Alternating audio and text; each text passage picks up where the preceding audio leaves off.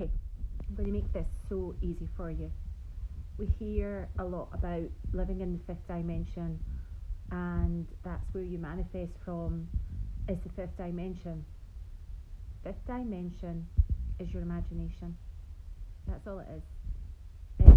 To make this simple and to bring this context into your human mind so that you can start to understand what we mean when we're talking about living in the fifth dimension.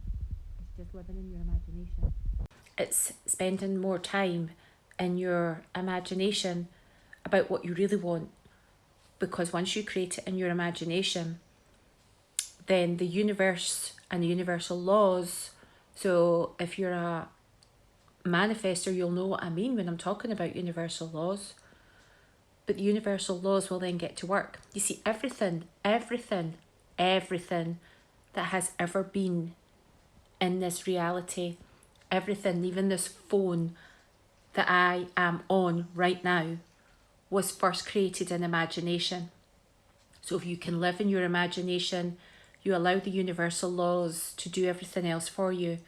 You don't need to think how, why, when, or where. You use your imagination, live in the fifth dimension, make it fancy, live in the fifth dimension, live in your imagination. And by universal law, there's no ifs and buts about universal law, they just are. They just are, and we can't change them, and we can't say, oh, well, it might work for you, it doesn't work for me. And they don't differ from person to person. It's one law, and that's how it works. And if you live in your imagination how you want to be, and it is a little bit delulu, your human mind would have you think it's delulu, but what if that was the right way to live? And that's how we all lived anyway. That was normal.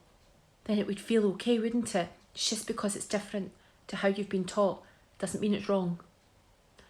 Having a different feeling about something you've never done before does not mean it's wrong. It's just a different energy, it's a different feeling, it's a different consciousness.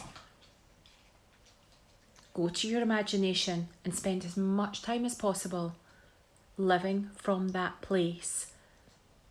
And the universe has to match it. Has to.